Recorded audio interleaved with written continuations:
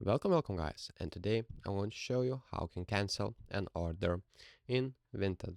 So what you'll need to do to cancel an order, you'll need to open the conversation with the member that you chatted, and then I will open it a random conversation. So let's say this one, and right here let's type it something into the messages for the tutorial. And right here, what you'll need to do is click on this icon, and then you'll be able to choose and cancel an order.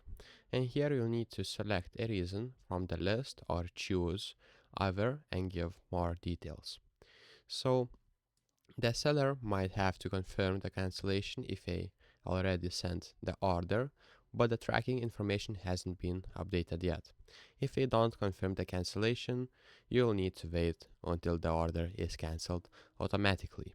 So, if this video was helpful, please make sure to subscribe to Guide to Everything, comment down below for the algorithm, and see you in the next one.